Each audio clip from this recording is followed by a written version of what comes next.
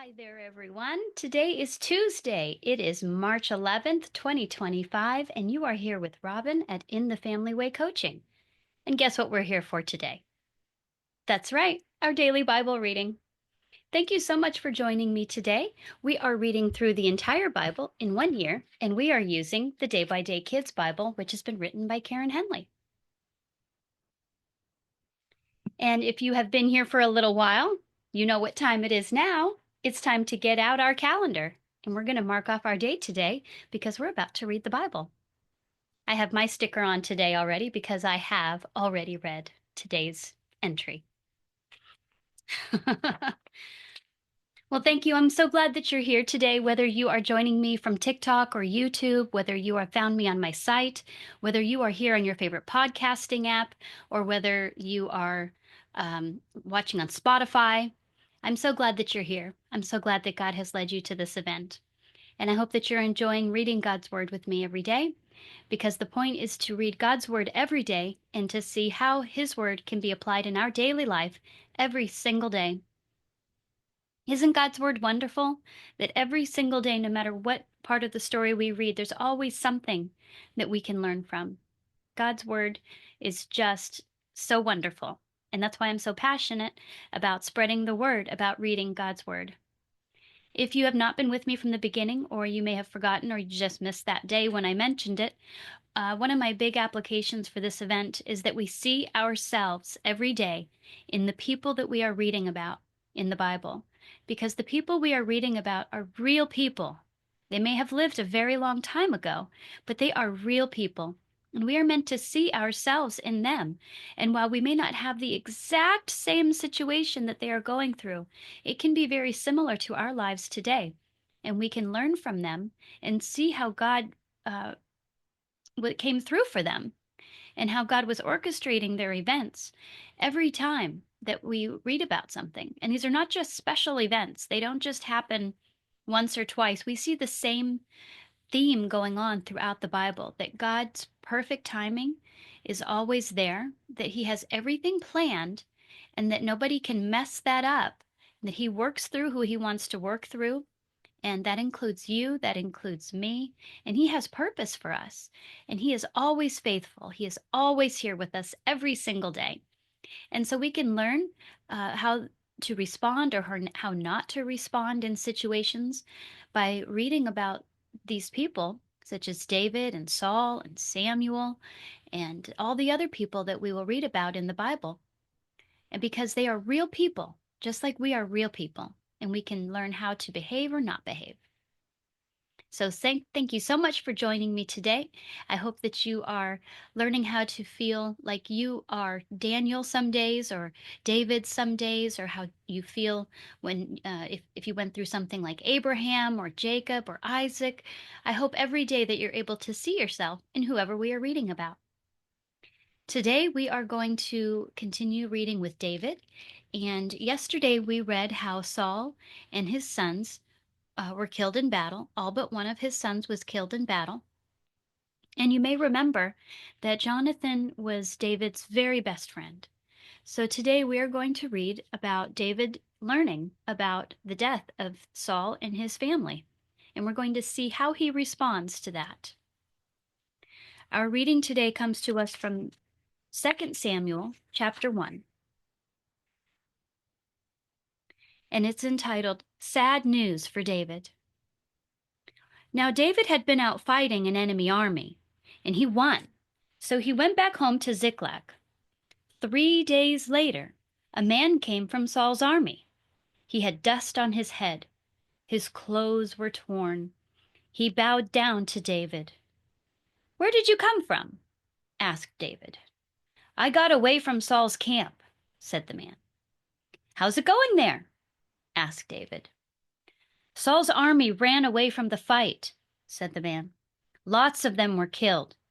Saul and Jonathan died too." "How do you know?" asked David. "I was on Gilboa Mountain," said the man. "Saul was leaning on his spear. He was almost dead. Enemy chariots were coming. Saul saw me, and he called for me to come. He asked me who I was. I told him I was from the land of his enemies.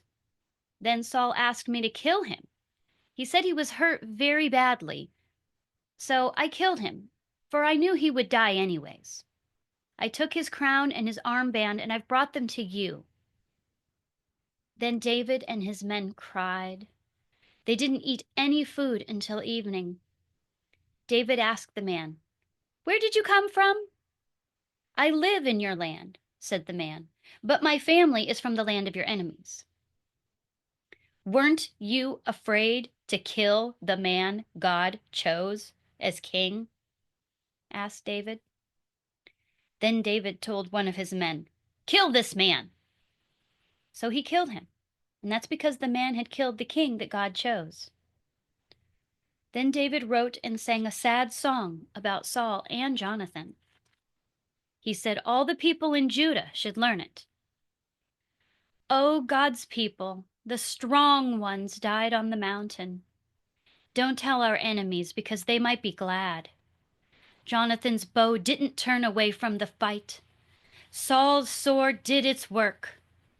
Saul and Jonathan, they were loved when they were alive. They were faster than eagles. They were stronger than lions. So cry for Saul, you women. These strong ones died in the fight. Jonathan died on the mountains. I cry for you, Jonathan, my brother. Your love was wonderful to me. You were a very special friend. The strong ones have died." And that's the end of our reading today.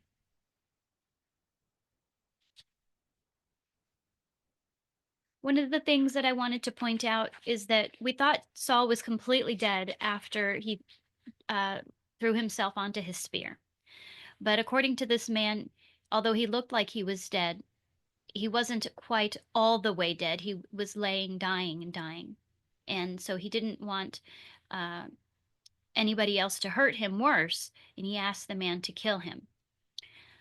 I don't know that I agree with David's response that he got angry and had the man killed because he was helping Saul to die quickly rather than slowly. And we would call that a mercy killing. And that was what Saul had asked his own man to do, and his own man was too afraid to do it. There was no way he was going to kill the king. Um, and so he instead threw himself onto his spear after he saw the king throw himself onto his spear. So I'm not sure that that was entirely fair. It may be that David was responding out of grief, but he was also responding out of justice, that he felt that it was not his place to take even his dying breath away from the king. And David was always very adamant about that, that he was not going to hurt the king, the man whom God chose to be king. So his heart was in the right place. I don't know about his actions, but his heart was there in the right place. And God chooses to judge over the heart sometimes, over rather than the actions. He says that he sees our hearts. So he knows David's heart was pure on that. And we see how David responded to the news that Jonathan and Saul were dead. Notice how, even though Saul had been chasing him for a number of years, that David did not speak badly about Saul. He still spoke very well of him. He spoke highly of him. He wrote a song for him and said that everybody should mourn for the king, which means to be very sad when somebody dies. We mourn. And he was not disrespectful to the king, even though the king had been bad to him and even though he had done bad things.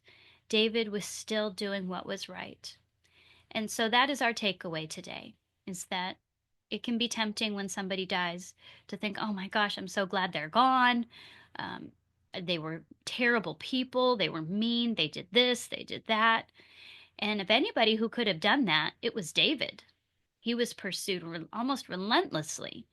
He was afraid for his life. He was constantly running. He wasn't living in Saul's house anymore. He was just trying to get by, but God was taking care of him every step of the way.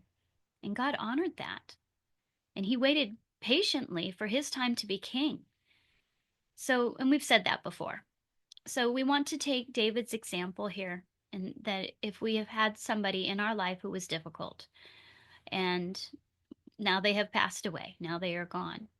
We would like to look to David's example here and make sure that we don't speak ill of them. We don't speak badly about them. That's not what David did, and he had every bit of cause. And even Jesus, when he was dying, he even asked for forgiveness for the people who were hurting him. He said, God, forgive them, for they don't know what they are doing. So again, we have our New Testament parallel where Jesus also was forgiving of the people who were killing him. And if there's anybody who should be able to be angry or to be wanting justice for doing something wrong to them, you would think it would be the one who had no sin, who had done absolutely nothing wrong to deserve the treatment that he was getting. But instead, Jesus wanted forgiveness for them, saying that they didn't know what they were doing. And so we should also offer forgiveness to those people, and at least not speak badly of them after they are gone. And so this may not be something that we have in our lives for quite a while, but it's just something that we can keep in the back of our minds and remember that when that time comes, that we are not tempted by our enemy to speak poorly or to rejoice, to be happy when somebody is gone. We can be relieved because we no longer have the burden of this person, but and David was probably surely relieved, but he didn't speak badly about them. And so that's our takeaway today. Well, thank you for joining me today. It's a pretty short reading, and we had a pretty short application, but I'm so glad that you were here with me today. And if you feel that God has lit your light, then please consider clicking that like button at the end of this video or at the end of this audio, or following along if you have not already, or subscribe to the channel if you have not already. And let's light up the world for Jesus and for God. And if you know somebody who would be interested in reading along with our daily Bible readings, please share this event with them. It's never too late to join in. This is a continuous story, and God's word is always useful for us every day. So if you know somebody, please share this event, and let's help spread the word about reading God's word. I hope everybody has a great rest of their Wednesday, and I will see everybody again tomorrow.